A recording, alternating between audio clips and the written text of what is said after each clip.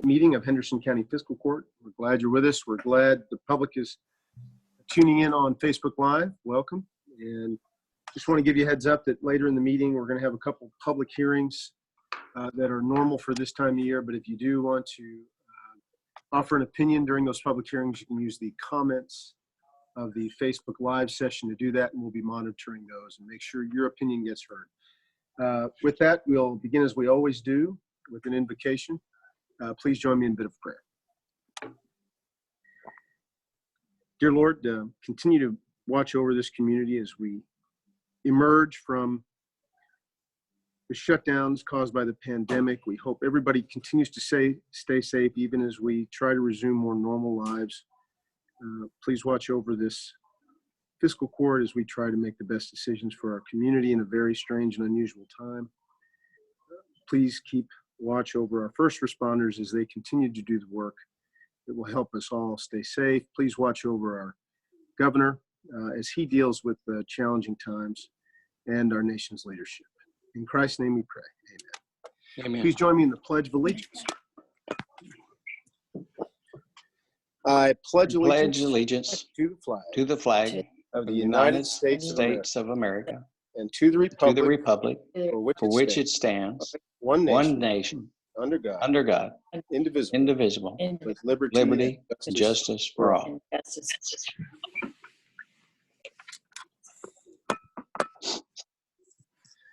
Okay, Mr. Clerk, would you please call the roll? Magistrate Berry. Here. Magistrate Moran. Here. Magistrate Southern. Here. Magistrate Putman. Here. Magistrate McCollum. Here. Okay, the first order of business is to review the minutes of our last meeting, which was on May 12th. After a period of review, I'll entertain a motion to approve those. I move we approve them. Second. We have a motion from Magistrate Moran and a second by Magistrate Berry, I believe. Any other corrections, clarifications, or additions? Hearing none, all those in favor of accepting the minutes say aye.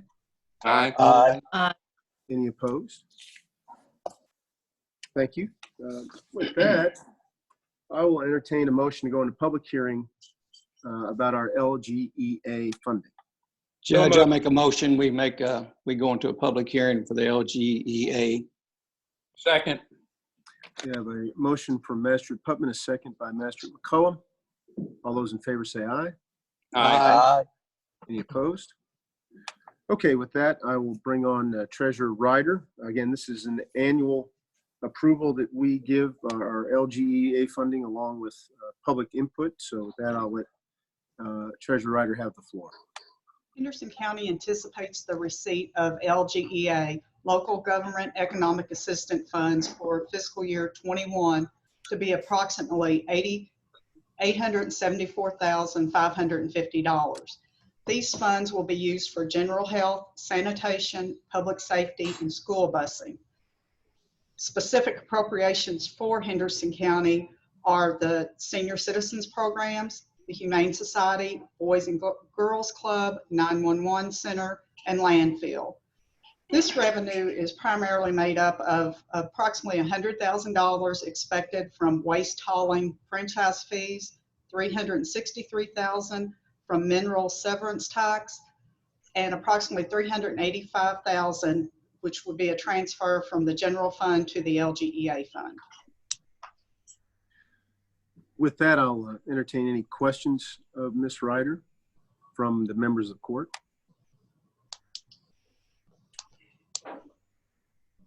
I'll also now ask any members of the public who would like to comment on the planned spending in LGEA, our Local Government Economic Assistance Fund. Please type your comments or questions in the comments now. We'll be patient as we let them do that, and we'll rely on our clerk to let us know if anybody offers a comment.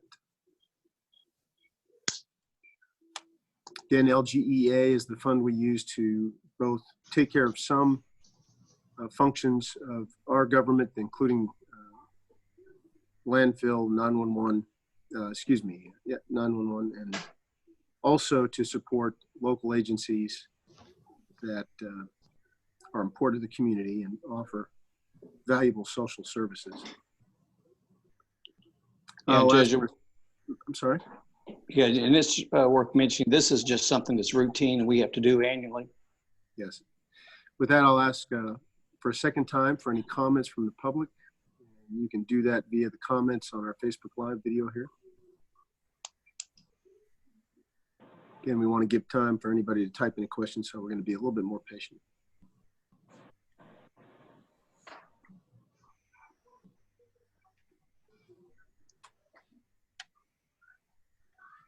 And finally, for a third time, anybody who'd like to make a public comment via the Facebook Live comment section.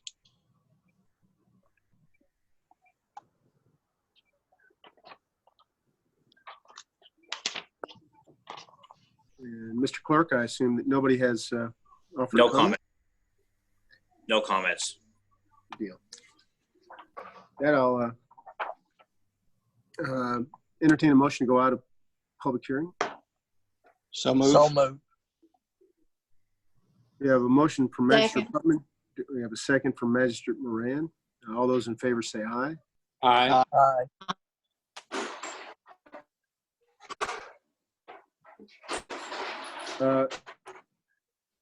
With that, I will entertain a motion to go into public hearing over a county road aid. This is very similar. We do this every year to accept comments from the public on how we expend county road aid money. So anybody like to make a motion to go into public hearing on our county road aid funds? So moved. Second. Second. We have a motion from Magistrate Southern and a second by Magistrate Berry. All those in favor say aye. Aye. Any opposed? We are now in public hearing on our county road aid funding. With that, I'll turn it back over to Treasurer Ryder. Henderson County anticipates the receipt of county road aid funds for fiscal year 21 to be approximately $1,162,523. These funds are primarily funded by state motor fuel taxes and should be used for the construction, reconstruction, and maintenance of county roads. The distribution for this throughout the fiscal year, approximately 60% will to be received around August of 2020, 30 to 35% to be received January 2021, and the remaining to be received July 2021. The distribution of fuel tax is based primarily on population, road mileage, and land area. Any questions of Treasurer Ryder? With that, I'll open it up to the public for any comments. Again, type your questions or comments in via Facebook Live comment section.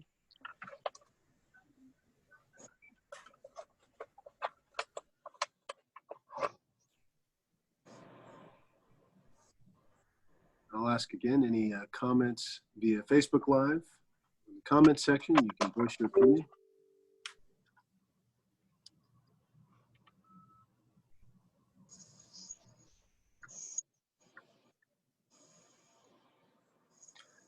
One will ask request for any comment. Again, via Facebook Live, you can make comments on our county road aid funding this year.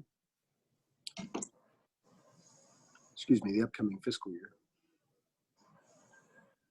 Mr. Clerk, there are no comments. No comment. Thank you. I'll entertain a motion to go out of public hearing on county road funding. So moved. Second. We have a motion from Magistrate Putman, second by Magistrate Berry. All those in favor say aye. Aye. Any opposed? Thank you very much. Next, we have hopefully Mr. Hubiak is going to make a bid recommendation on the single axle dump truck that was we took bids on last fiscal court meeting. There he is, Mr. Hubiak. I'll turn it over to you. Thank you very much, Judge. Good morning, Fiscal Court. Good morning. We have we've reviewed the specifications. We received one bid from Volmac of Evansville, including the chassis from Volmac and the body from J. Ettinger. The bid price for the chassis was $108,589. When you added in the body, it totaled $144,450. Worldwide, out of Lexington, as a state contract pricing, we sent them the exact specification that was bid. They came back with a price for the chassis of $108,956, and with the body added into it was a total of $144,817. So the low bid was by Volmac. So it would be my recommendation to buy the chassis from Volmac out of Evansville and have the body and no plow modifications done by Jay Ettinger in Louisville. Total price $144,450. Any questions of Mr. Hubiak? Bill, is that going to be a Mack or a Volvo? It's a Mack. Okay. It's a Mack Granite unit. It's same body and chassis style as our rollback truck, only it's a single axle instead of a tandem. I'd make a motion we approve Bill's recommendations. I Second. second it. We have a motion from Manager McCollum in several seconds. Who would like to claim it? I'll give it to Magistrate Southard since he asked a question. He gets rewarded with the second. So thank you, Bill. All those in favor of accepting the bid and Bill's recommendation on that truck, say aye. Aye. Any opposed? Thank you. And I know it's going to take a while to get that truck, Mr. Hubiak, but please proceed. They talked, Judge, about delivery in late October right now. So, Okay. Thank you very much. Good luck. Thank you, Bill. Next, Coroner Bruce Farmer is with us at our invitation. As many of you know and have heard him say over the last year, it has become a challenge to transport bodies. The local funeral homes who used to do that as kind of a ready-made service for us have had some challenges. So I asked Bruce a while back to look into pricing a vehicle of our own that the coroner's office could use to transport bodies, and he has been doing some research on that, and I wanted him to come today to give us an update on what he has found and also answer questions. So with that, Bruce, take it away. Thank you, Your Honor, members of the court. Like we've discussed in the past, in the last few months have developed a problem in transporting human remains and all, as the funeral homes have basically informed us that they are getting out of it. We've been paying them, transport them, but that wasn't good enough for them, I guess. Out of my 35 years in the office, we've only been paying for transporting for the last 4 years and all. The one that y'all got received early this morning, the typed one, is the breakdown that the judge asked me about how much we've been paying for many. We've basically done about 67 transports in the last 2 fiscal years and this fiscal year up to date. And the breakdown as to what kind they are on that sheet for you. But we've spent out over $21,000 in the 2 years in transporting bodies. I am not, all these years, I'm not in favor of buying a vehicle because my concern is, but we don't have a choice basically, is my staff average is 66 years old. I'm worried about in regards to back injuries or anything like that. I have talked with the county fire departments. They're going to help us on the scene. I've talked with the city fire department.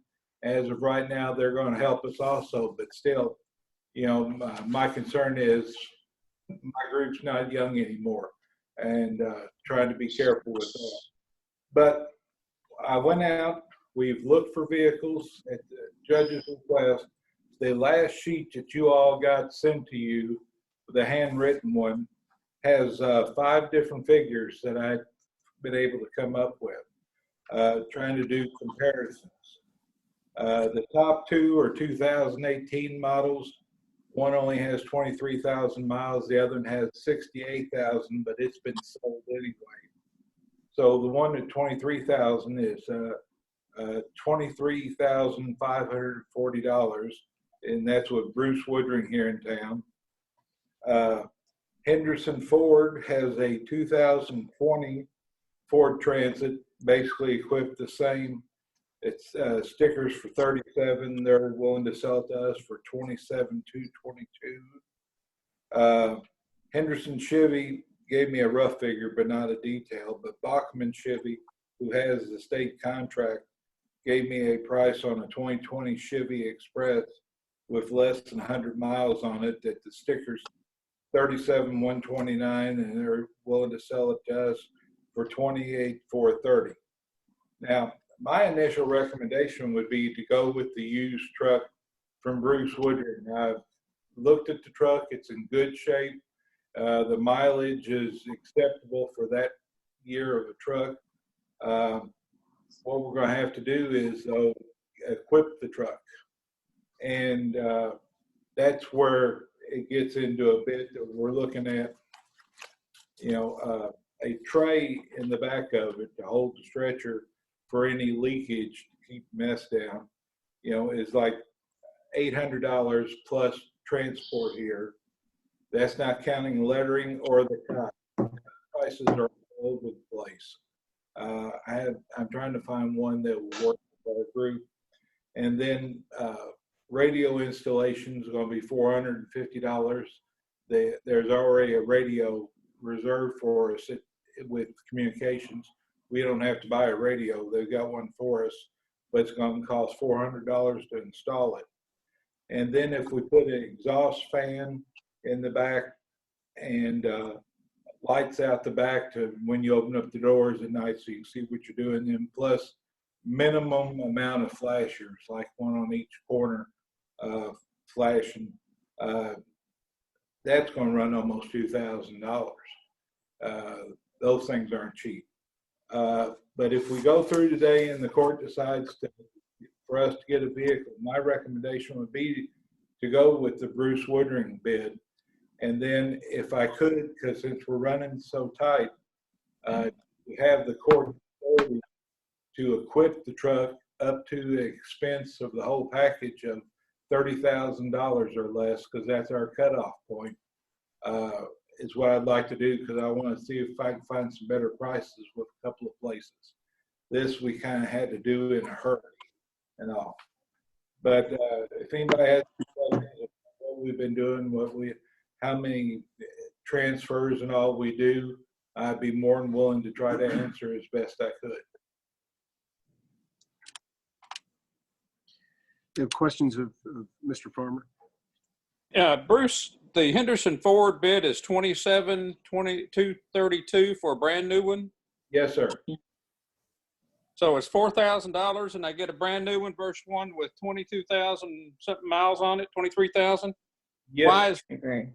Why is the used van better? Don't you get a warranty with the new van, and you don't get it with the old van? There's still a warranty up to 35,000 miles on the used van. It already has a petition in it, one of those safety petitions between the front and back, where the one from Henderson Ford does not. So that's $500 to $700 more adding on to put a petition in there, which we'll have to have due to the safety reasoning and all. But no, Henderson Ford was awful close, but it's whatever you all think. We're not a lot of mileage users. Biggest thing is going to Madisonville more than anything else, which you can see that we had 22, 23 trips to Madisonville. Louisville, we try to keep from going to Louisville. We've done 6, 9, 9 trips to Louisville in the last 2, 3, 4 years, and going from there. So our mileage is limited per se, and I'm going, anything we do to save some money, I'm in either way. The Henderson Ford unit was still sitting on the lot like last Thursday or Wednesday or Thursday. I was up by there. And then the one from Bachman Chevy, as of last Wednesday, it was still on their lot. You know, all this stuff is subject to if they're still there whenever we do this. Hey, Bruce. Yeah. Butch. I kind of got behind on when you was talking about the outfitting. What when you put that all together, what was that looking like?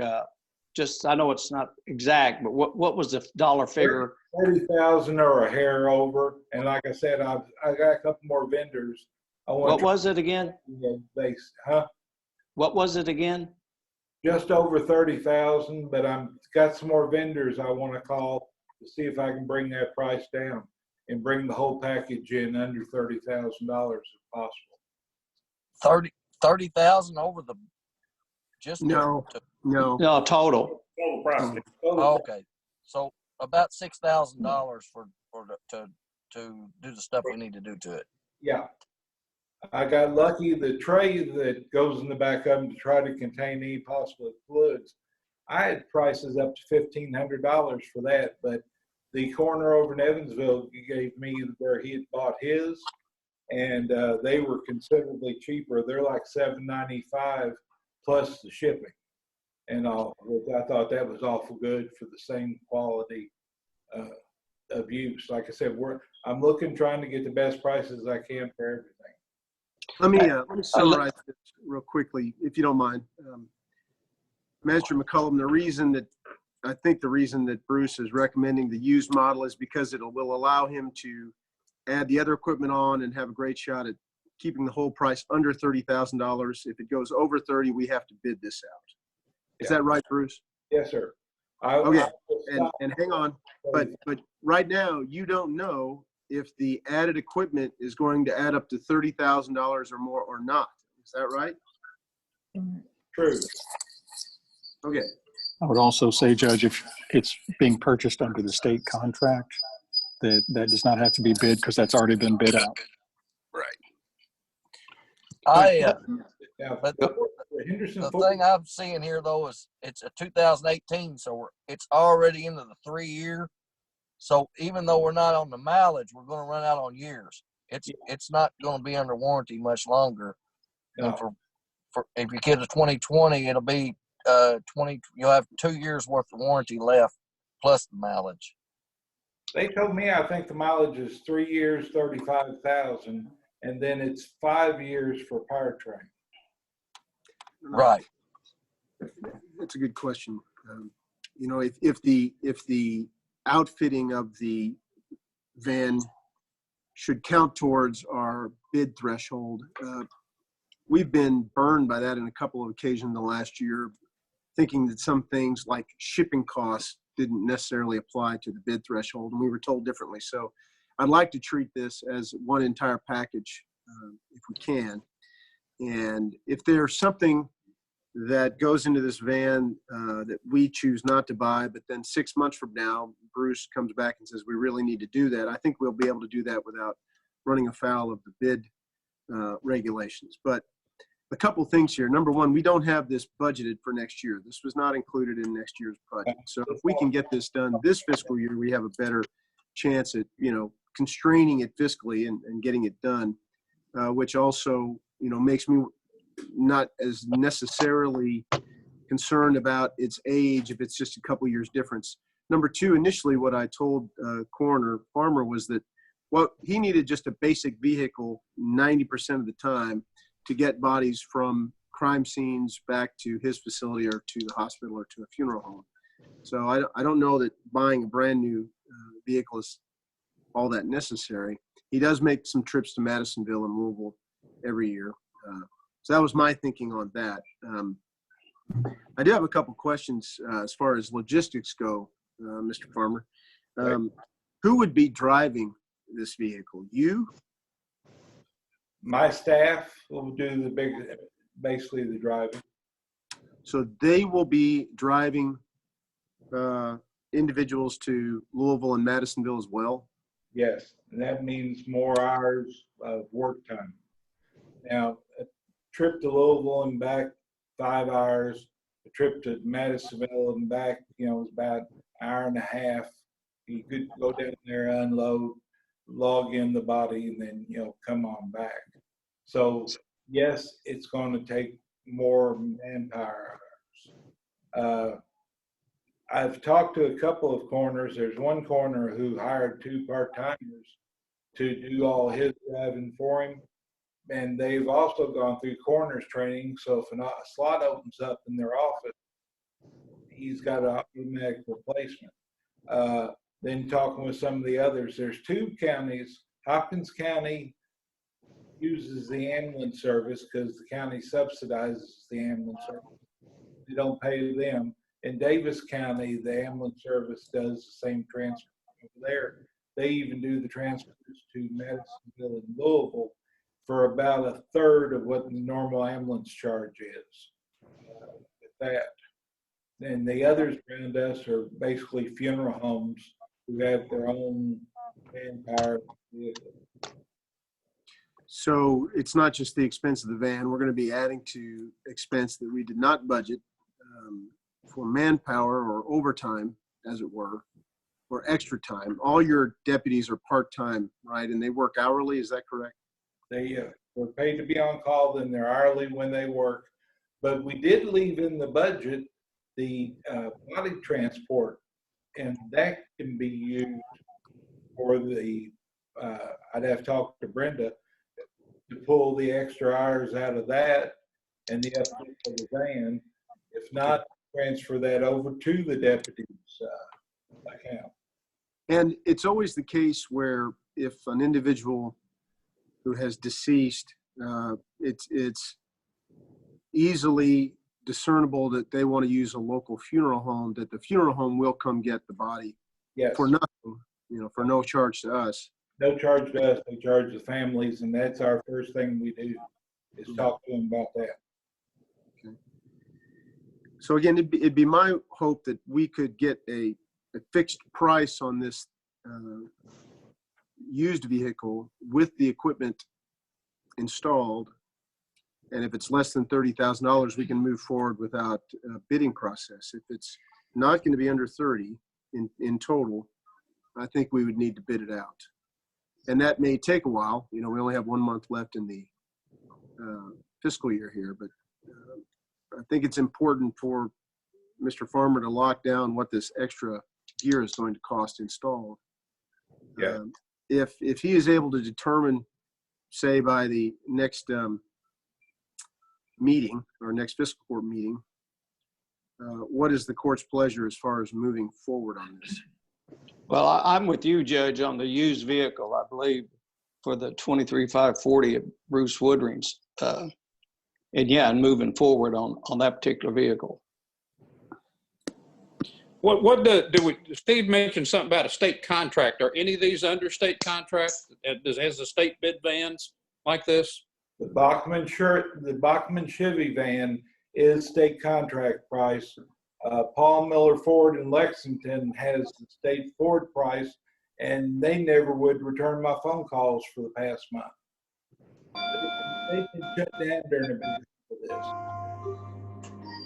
They've not responded, and going through their inventory, they don't even have one on the lot that keeps what I need.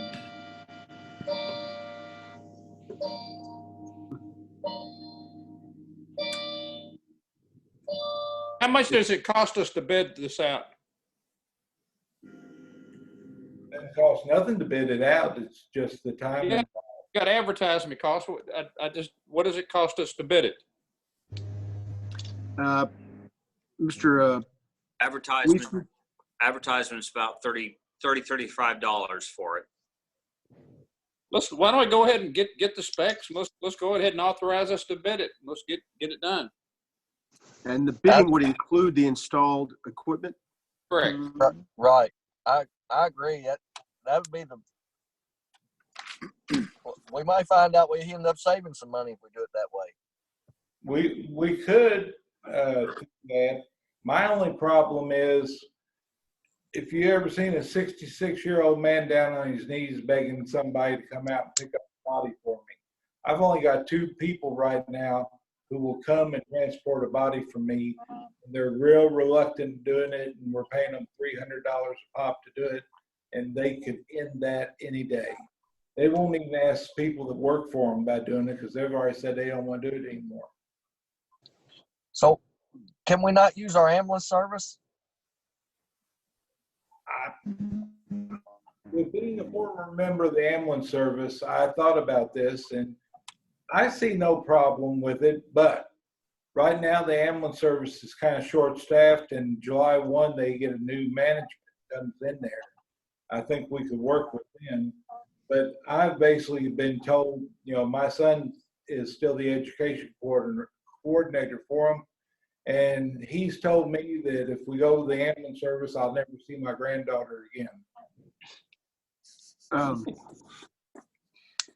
Well, that's not a basis, I think, for official request of government. So what you're saying is you have not asked the ambulance service about this issue, the leadership of the ambulance service. Just in passing, whenever we started this back at the end of January. They weren't in favor of it at the time, but like I said, there's a new administration coming in the 1st of July, and they may be receptive to do this.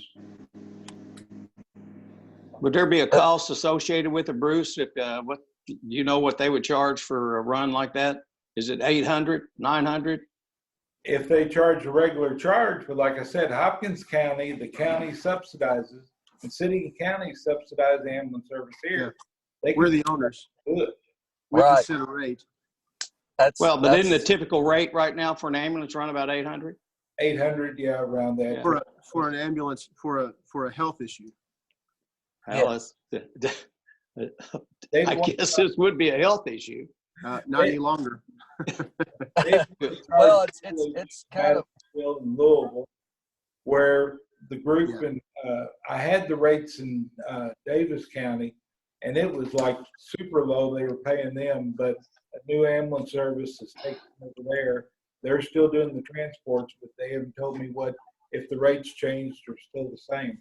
They were paying like $200 to take a body to Madisonville, and it was either $250 or $300 for an ambulance to take the body to Louisville. That's the challenge, I think, with using the ambulance services, that if we also rely on them to transport to Madisonville and Louisville, we're taking an ambulance offline. Yes. We don't have, we're short-staffed as it is with the ambulance. It could always be, you don't necessarily need 2 people to do these transports. And if they called in a part-time person, because it'd be one of these things to be able to schedule it, it shouldn't be that much of a bind on them. But if you send 2 people, yes, that takes an ambulance offline. And right now the community doesn't do that. One thing we can do is move forward with this bid process while we discuss these other options, so that if we do come back to buying a van for ourselves as the best solution, we'll be in a position to do that. Whatever the court's wishes are, that's what I will do. Master McCullum has suggested we go ahead and take this out for bid, including the installation of the gear. Yes, sir. Bruce has mentioned. Does anybody not think that's a good idea? I'm not saying it's not a good idea. I thought time was of the essence with Bruce going forward because of the delay or lack of accessible services to pick up that body when we got 2 funeral homes, and I don't know that they're always willing to get out and do it in time. I mean, you can't let a body lay around forever. You got to go get it. Somebody's got to go get it, and that was my question about the timeliness. You know, I thought we were like, it was emergency. We got to get this done because we've been talking about this for a couple of months, I believe. Yeah. How's it going? I'm sorry. Go ahead. Butch, that's fine, except he does not have all the information right now for us to make the decision whether we could buy it now anyway. So we're going to have to wait 2 weeks. Let's go ahead and bid it and get it done. That way we can make an informed decision. Let me ask you this. You went on and purchased a used van for the 23.5. You got the van. Maybe you don't get it equipped. You got to just do what you got to do till you get in. So put it in next year's budget for the to outfit it. Steve, is that legal? Well, my first question for Mr. Farmer would be, are there vendors that outfit vans like this, or is this something that you buy aftermarket and you install yourself? The three companies I've talked to, you buy the van and bring it to them and they do the conversion. So, Magistrate McCollum, my thought on that is actually that since there's no way to buy them together, that it really is two separate purchases, and that if both are under $30,000, it probably doesn't have to be bid out at all. That's my belief on that, since it's not possible to buy them in one package. Okay, in that case, then why not go ahead and buy the brand new one for $28,000 and have a new one with the 3-year warranty and the 35,000 miles and you know, for $3,000, $4,000, that just doesn't make any sense to buy a used van. Charlie, I won't disagree with that. I was just looking at trying to, you know, if the total cost we agreed was $30,000, you know, and we had more money to play with the outfit. But yeah, I mean, if we're going to do it in two separate purchases, I don't have a problem with that one either. I mean, okay. I like the new myself too, but I do too. I like warranty. I was just trying to go cheap. Yeah, I understand. Trying to get under the 30,000. Yeah. If I may say that in putting the package together, that's the reason why I asked for the okay for up to 30,000. There's one company that's got the tray. There's another company that does the lights and vent, and another company doing the decal work, and then the radio. So there's going to be 4 vendors I'd probably have to work with on top of buying it. Okay. Well, I make a motion to go ahead and buy the brand new Ford van, and for the price that you quoted, it's under the 30,000. And you go ahead. The price of fixing those other options is going to be way under 30, and then you can take care of that. Henderson Ford, yes. Yeah. I second the motion. Okay. I think that's a good idea, Charlie. Okay. I agree. Mr. We Gulliver? have a motion from Magistrate McCullum to go ahead and buy the van from Henderson Ford. Is that correct? Yes. Granted. Second by Magistrate Southard. Any other questions? I do think that it would be good for Mr. Farmer to bring back an operations plan at some point to tell the court how staffing of this van is going to work, driving, what his cost estimates are for his staff to be going to Louisville and Madisonville over the course of a year. And if there are any other considerations we need to know involving the fact that he has an aging staff, and we're still going to have to be making sure we can lift bodies into the back of vans, just to assure that we're going to use this van as it's intended, and we aren't going to incurring costs we're already paying for things like transporting to Louisville, transporting to Madisonville, things like that. Is that acceptable, Mr. Farmer? Yes, sir. Whatever you wish, I can set it up that way and bring you. Well, we're going to look for recommendations from you. There will also be increased insurance costs as well. Yes, yeah, that's right. To get in touch with Keiko about that. I've already talked with the treasurer's office about that, and they said under our fleet policy, it's not going to be a big expense as compared to going out getting insurance on it. They couldn't give me an exact figure, but they said it was going to be acceptable. Yeah, I can't imagine it'd be a whole lot of money. But, we will figure that price in. So we have a motion and a second. Any other comments? Just Bruce, is you sure that van's still available out there at Ford? It was still out there the other day. When I get up from here, I will call out there and see. Okay. And if it's not, we're have to start all over. There wasn't an second option on any of this?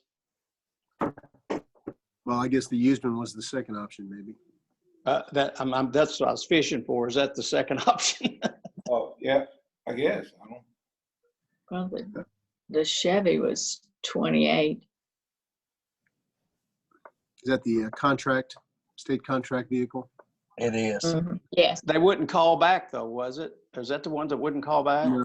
That was the Ford state contract. The Bachman Chevy is I the mean, Chevy. Chevy state contract. Tell you what, if the vehicle at Henderson Ford's not available, we can come back next fiscal meeting and make a second choice. We do have time to do that. Okay. So I'm we have a good. motion and a second. All those in favor signify by saying aye. Aye. Aye. Any opposed? Okay, thank you. Go by it then, Bruce. Next, we have animal control reports, and I believe Debbie is with us. I am. Morning. Turn it over to you. Hello. I feel like I haven't seen y'all in forever. So good morning. Our view seems to be a little bit better than you guys this morning. Good to see y'all. Nice to see you. Welcome. Welcome. Debbie, you want to give us a briefing on your report? Anything you'd like to say? I know you guys have the numbers. This has been a pretty crazy month for us. As you all know, animal control has been on emergency runs only. They have slowly, the last couple of weeks, kind of started picking up other nuisance calls and things like that. They are back to normal schedule today. We've actually had a really good month on adoptions. Our costs are really down this month. We're running the operation by appointment only, and it's actually working out extremely well. We don't have a lot of public in and out just looking around, but the ones that are interested in adopting, we can pre-approve them, make an appointment, so we're not overlapping too many people. And our numbers are really good right now. This is the lowest amount of dogs I think we've ever had. Well, that's good news. Is that appointment procedure something you could carry on in the future? I would really like to, within reason, of course. This is all new territory for all of us, but it seems to me that appointment plan would eliminate more of the impulse buyers. Exactly. Yeah. They have to, get pre-approved. I'll call them and actually schedule a meet and greet, so they're not just running in and getting a dog and running out. So they're making 2 trips if possible. It's working out extremely well. It's much more organized for the staff. We're not all running in chaos. They're even making appointments for owner surrenders, which is also good because they're second guessing their choices and actually either keeping the animal or finding a family member instead of just dropping it off to us. The public's been really great helping us. If they have stray cats, this is full swing kitten season, and I'm a little nervous, but we're handling it. And I'm pre-adopting kittens out. I don't know if you guys keep up with our Facebook page or not, but it's a lot easier to pre-adopt them when they're 6 weeks old. And by the time they get 8 weeks ready to go, they're already adopted. So we're moving them pretty quick. Good. I guess kids staying at home maybe get anxious to have a pet if they have. Yes. That's one of the reasons. I would still like to work on a, trap, neuter, release program. We're doing several different things on that, reaching for some grants. We did just secure that one through you guys in the agricultural department to spay and neuter animals for people who otherwise couldn't afford it. So that's going to be a big help too.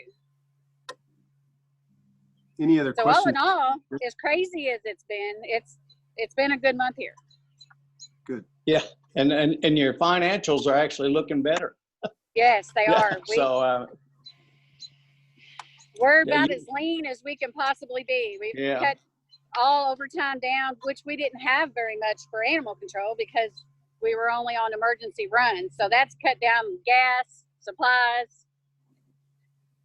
We only have about 5 dogs in the building right now, not counting the 10 from the court case that keeps, getting it's postponed due to all of this COVID. And I know RD, boy, she pushes it. You know, you see her on TV a lot, and she's all Yep, over Facebook. she's in there with it. today. Yeah. Stay tuned. There's another video coming soon. Okay, any more questions of Deb? Thank you for Thank the you, work Debbie. report. All Keep up right, the good I'm work. gonna go back to work. Thank you, guys. All righty, Thank you. Judge, can I say one thing? Sure. Bruce Farmer had to leave the room, and he has informed me that the Ford van at Henderson Ford is still available. Let me pass it Good. on. That's all. Okay. Next, Jailer Brady has some surplus property she'd like to tell us about and get a vote on. Jailer Brady, I'll turn it over to you. Good morning. Good morning. Good morning. Morning. A couple of weeks ago, we had a tree fall on a building, so we had some surplus property in there. And we have some items that survived the tree. So we need to declare those items surplus. And we'd sent a list down and went through, I think. The list, we have 3 mowers, is that correct? Correct. That's, Anybody have any questions? should be the last of our Toros. I'd make a motion to approve her request. We need to read this resolution first here real quick. Does anybody have any questions before we read the resolution?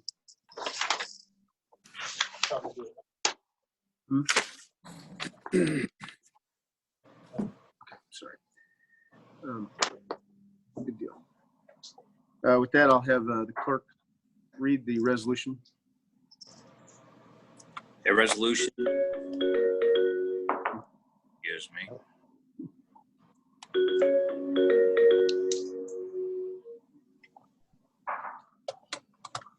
A resolution declaring certain county property to be surplus and providing for the disposition thereof.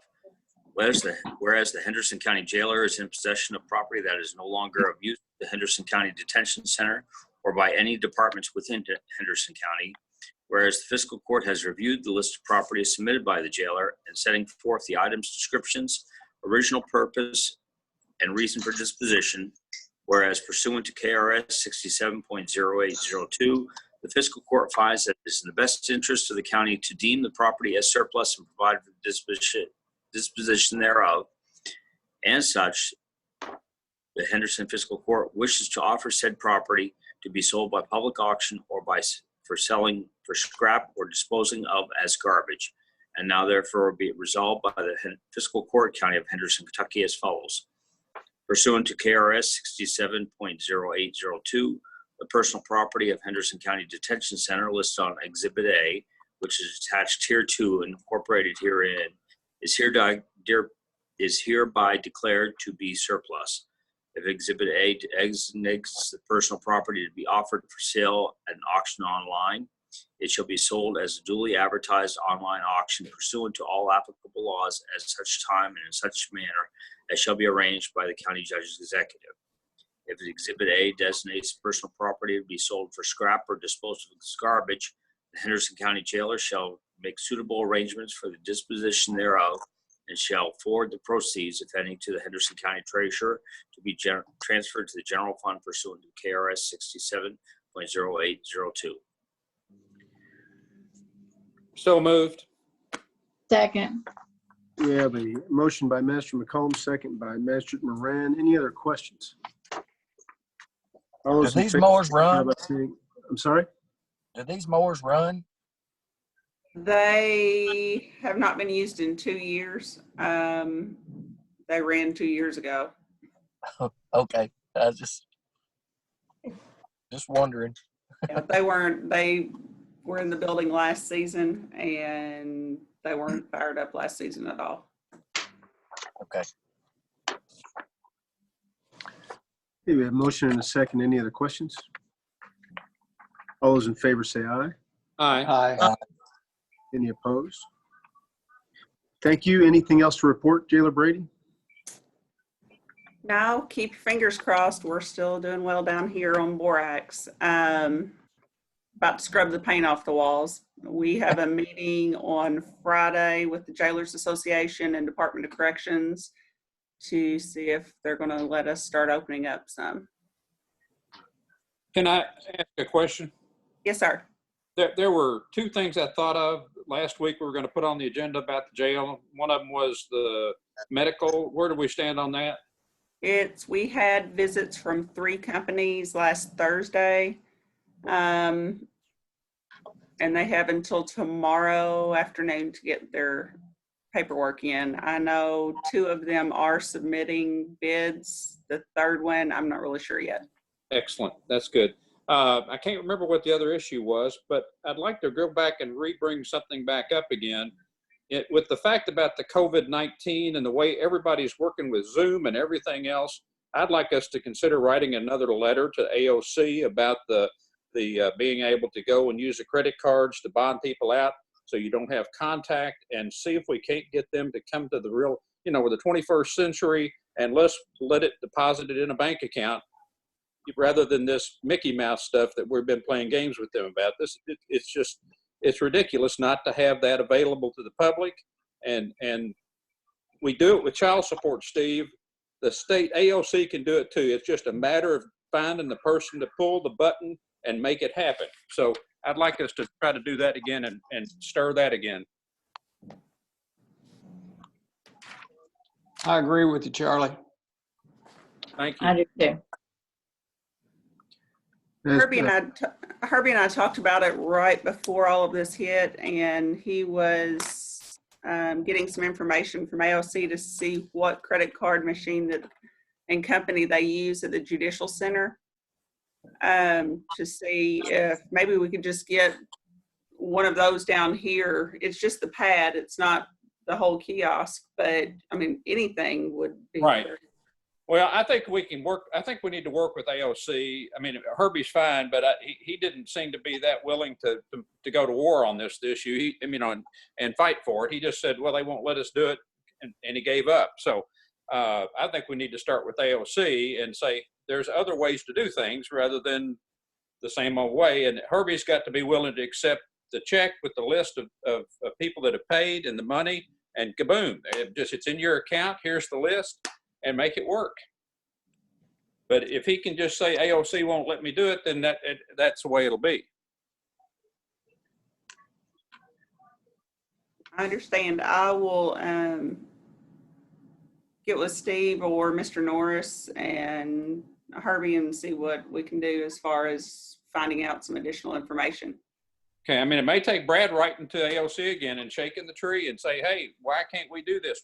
We do finances in other areas of the state government by doing transfers. Why can't we make an electronic transfer into the account with a list of who the people are that have bonded out? And I mean, it just doesn't make any sense to me that we can't do it.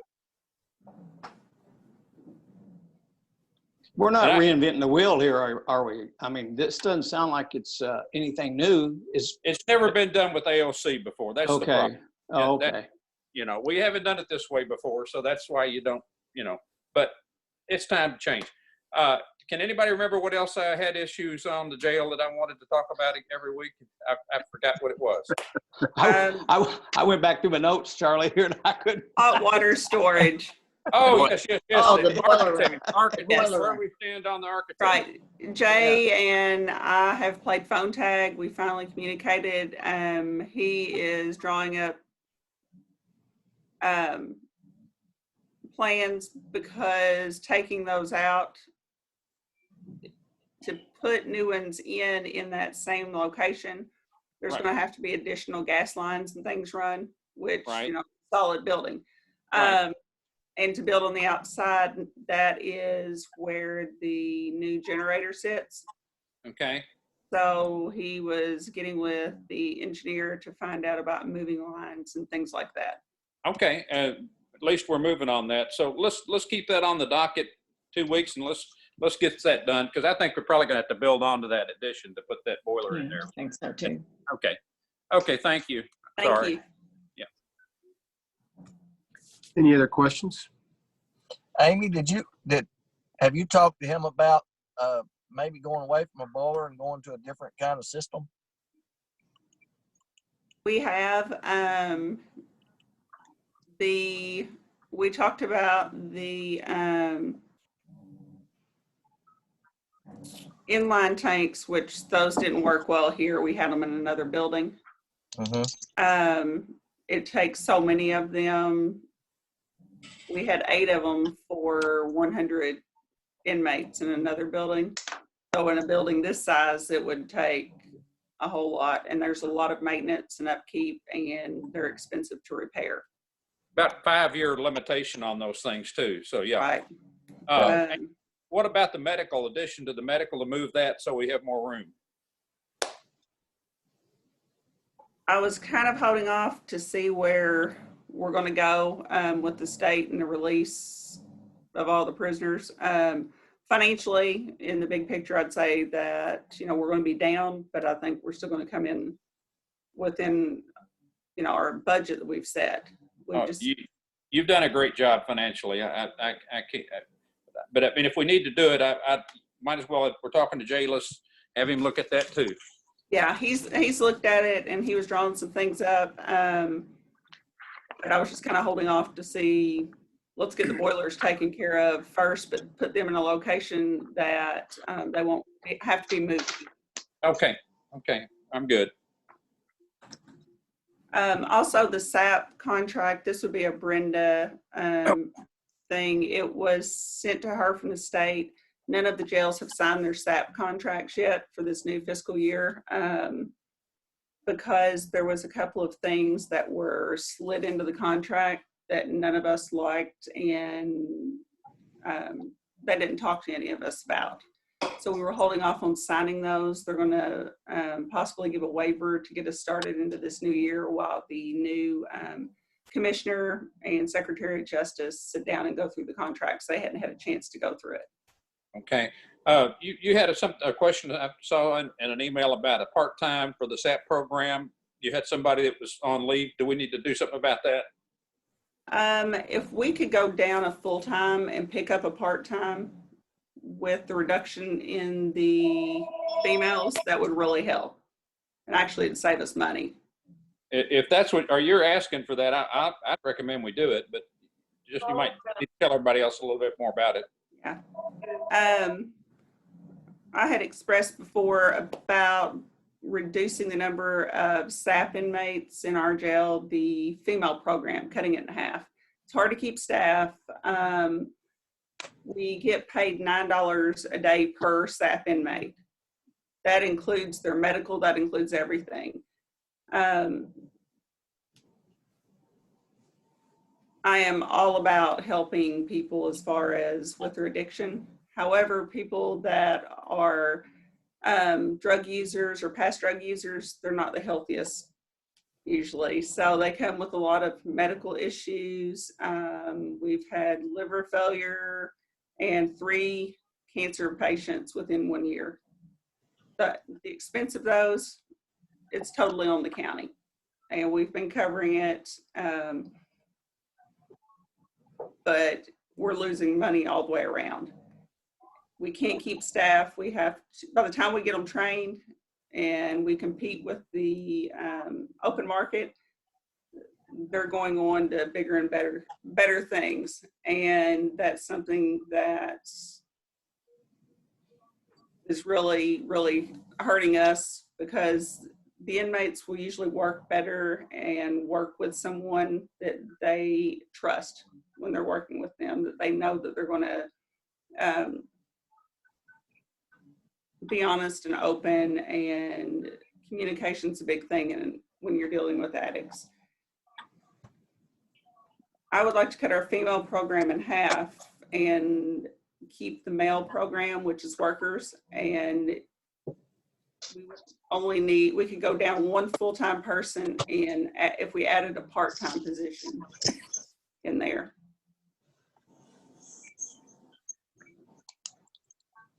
So, what I'd like to do is reduce our SAP staff by 1 full-time person and pick up a part-time position.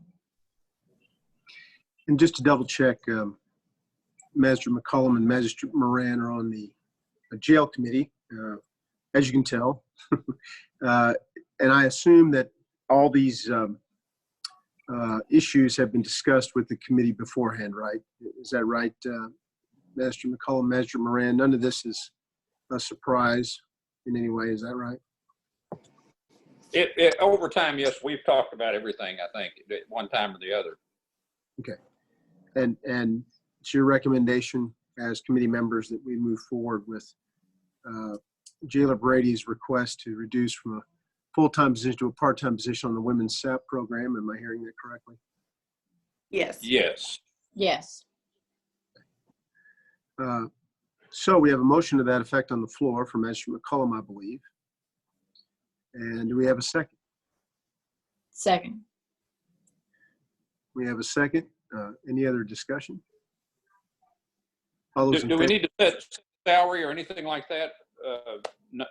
Number of hours or what we're doing? Or how do we need to do that? We usually keep our part-time at 20 hours. Okay. And is there a salary amount? Or? It would be the same hourly rate that Okay. the other one was making. As the Okay. full-time. Sounds. You want to amend your motion, Okay. Magistrate McCollum? I do that information. Yes. So reducing from part-time, from full-time to part-time at maximum of 20 hours a week at the same current hourly rate as the position that she's changing. Correct. We have a motion. We have a second. Beth, we've sort of amended the motion. You willing to second that? I agree. Okay. We have a second on the amended motion. Any other questions? All those in favor say aye. Aye. Aye. Any opposed? Was there one more comment in there before we voted? With what, are we reducing how many we're gonna have, Amy? Is that what Yes. we're doing? Okay. Yes. I thought that's what I understood. I just want to make sure. Thanks. Okay. Anything else, Jailer Brady? No, sir. Any other questions? Thank you very much. Next, you have in your Thank you, packet- Amy. Thank you. Thank you, Amy. Thank you, Adam. We have the monthly sheriff's report. Any questions about that? Move to accept it. We have a motion to accept the sheriff's report. Second. Motion by Master Pubman, second by Master Southard. Any comments? All those in favor say aye. Aye. Aye. Any opposed? Thank you. It passes. Mr. Clerk, do you have a report on the county clerk's submissions to you?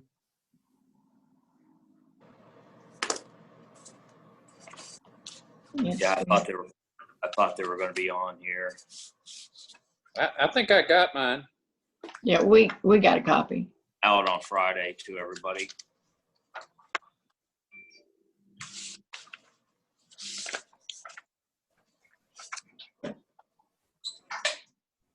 Get a moment just to remind us of the totals.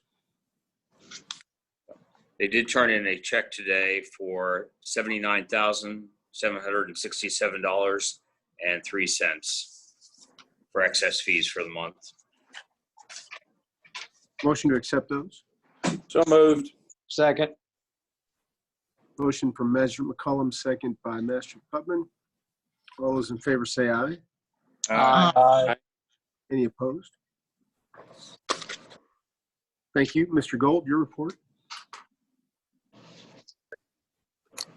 Judge, first I want to give everybody an update on our reopening to the public. Turns out when the governor said offices could open May 18th or begin to reopen to the public, we did that. And I think of the offices that closed within the courthouse, we were the only one to open up on May 18th. And so it was a little bit of an experiment, but we had a great committee that had been working on that for several weeks on exactly what that would look like. It's going very smoothly. We'd actually prepared for a lot more people and for the door or for the line to even go way out into the hallway as far as the enforcing the social distancing. But we haven't had a problem with that at all. So there's been a few less people than we had anticipated, but the people that have used it have been very appreciative, especially those that get paid in cash and are making cash payments to our office. We even had one child support obligor who said he'd been waiting for us to open back up. He came in and paid off his entire child support arrearage, which was just shy of $5,000 in cash. So that was quite a help to family out there. So that was something we're very glad that we were able to be open and to make happen. So going much more smoothly than we had anticipated, actually. As far as financially, Judge, we have a couple of checks today, both for interest, $127.03 and $42.35, bringing today's total to $169.38, and the fiscal year total to date, $150,158.25. Make a motion to accept, and would like to point out that that money is going to be wired to Frankfurt and cabinet, that $5,000, so it can be done. Okay, we have a motion from Magistrate McCollum, a second from Magistrate Putman. All those in favor say aye. Aye. Aye. Any opposed? The county attorney payments are accepted. Next, and thank you, Mr. Gold.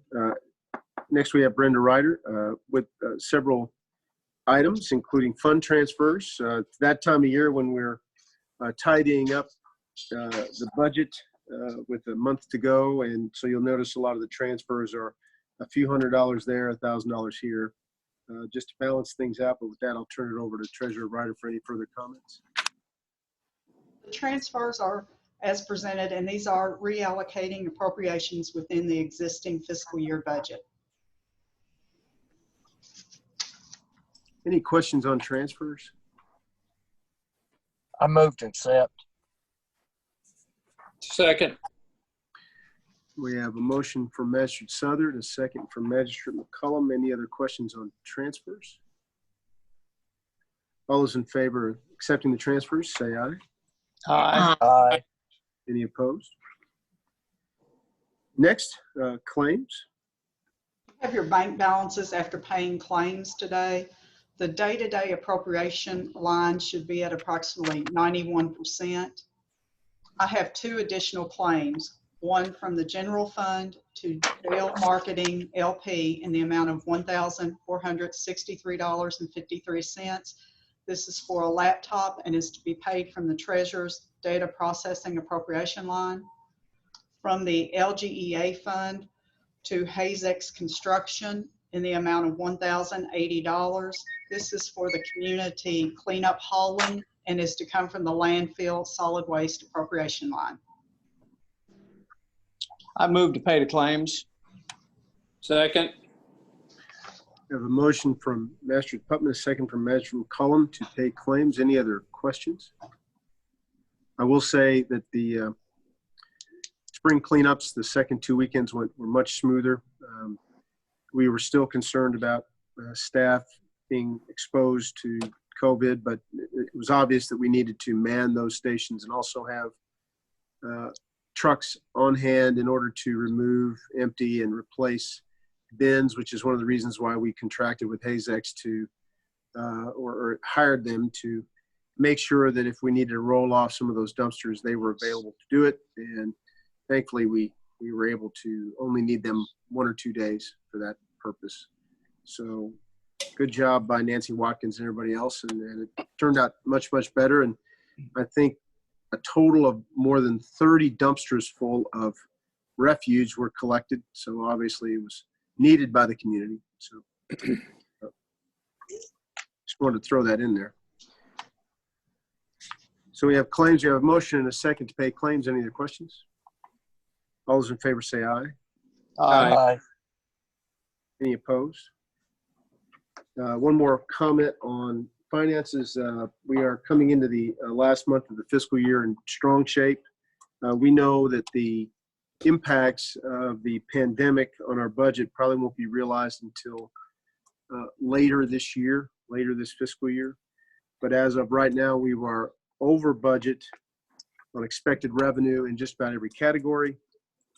We are well under budget in expenses in just about every category. So we are going to be, I think, in a very strong position, even stronger position heading into next fiscal year, where our financial picture could change, perhaps drastically. We'll just have to wait and see. But we are in as good a position, I think, as a county can be to weather it, certainly at least for 1 year, maybe 2, and hopefully it won't take more than a year to bounce back, both for our community, our economy, and the county's financial position. So we'll just have to wait. But as of right now, we're in good shape, and thanks to the Finance Committee for their help. Thanks to Brenda Ryder, and especially thanks to all of our department heads and elected officials for holding the line on expenses and maximizing their resources and making sure we stay on the positive side of the ledger. Judge, what was the percentage? I'm scrolling through here for the total. 91%, I believe, is the okay, I got it. 91. Yeah, I got it. Thank you. for the overall budget, the entire budget. We're at basically 70% of expenditures. In the general fund,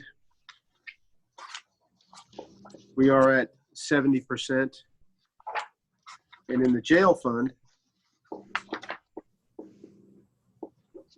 we are at 72%, almost 72%. So in all cases, we are holding the line, and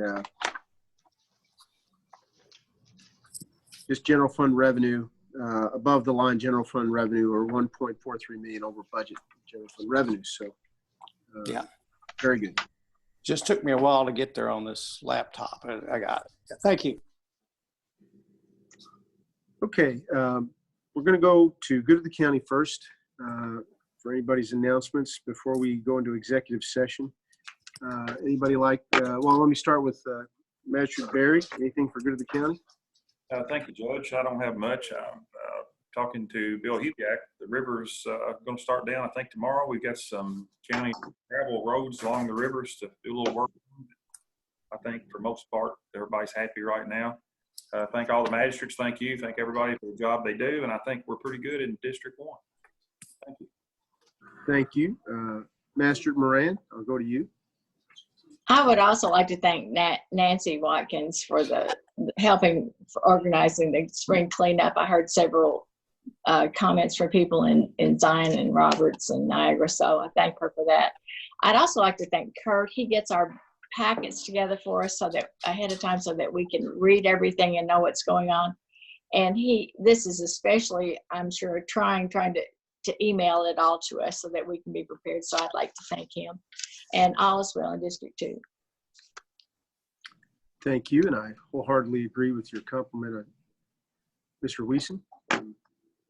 Master McCullum. Other than we've got our employees and our officers have done what everybody's done this year. It's been fantastic. I think if you look at our budget and where we stand, I think everybody's just done a great job, and I appreciate it. And I think we've had a really good meeting today too. So I think all's good in the 5th. None of my roads are underwater, and we're in good shape. If your roads get underwater, we're in bad shape. Appreciate that. Thank you, Master Putman. Thank you, Judge. All is good in the 4th. And again, I would echo those same sentiments as Beth had for Mr. Weeson and the whole court during these very trying times. Seems like everything's going quite well. Looks like Henderson County is staying relatively safe, and hope we continue down that path to drive the numbers down going forward. And just everybody stay safe, wear a mask. Thank you, Judge. Thank you, Master Putman, and I agree. And I know at the courthouse here, in addition to Mr. Gold's office, we're developing plans for the other offices. That they've done a good job themselves implementing safeguards, including shields in front of service windows, the distribution of PPE and hand sanitizer, and various guidelines that we've been handed down from the CDC. So all the departments are paying close attention to that, and I appreciate it. Magistrate Southern, you want to wrap this up? Well, A whole lot of my roads are underwater, Charlie. With the closure of 136, we're getting a lot of extra traffic on Horseshoe Road, and I would like to just put out a thank you to Jeff Finley, which is my grader operator down there. He got on that road. He made he, lack of better terms, he made the state look bad. He done a real good job of getting the roads. He's got all roads that's not underwater in good shape down there. He's doing a good job. And I'd also like to say kudos to Earl Jewell, which is taking a double role now. He's taking Jeff Risley's spot, and he's running the grade all on the Ohio Drive project. They've worked him very hard, and he's good. He's still very pleasant to talk to, and sometimes sometimes when you get a lot thrown on your plate, that don't work that way. So all's good in the third, and I'm ready to get back to normal where we can see each other in person. I agree. And Master Southern, can you tell me whether you believe planting season is basically complete, or there's still a lot of planting going on? There's still planting going on. It's not a lot. There's going to be a lot of replanting going on I bet there's because of the river. But it has slowed down tremendously. It's not a whole lot going on right now. Thank you. For good of the county, I just want to reiterate that we are doing everything we can to balance helping the community reopen with public safety concerns, which are obviously still out there. There are a lot of free testing options now. More and more testing is coming online. That will probably increase our number of positive tests. But again, I don't believe that is an indication that the community is not taking distancing and other guidelines seriously. I just think the more tests we administer, the more positives we're going to get. But it is fairly encouraging that we've been able to contain deaths to a very limited population in one place so far. And while it's tragic that those people passed away, the fact that there have not been deaths in other segments of our society or widespread in any way is encouraging in that regard. So we'll continue to post the data from Green River District Health Department.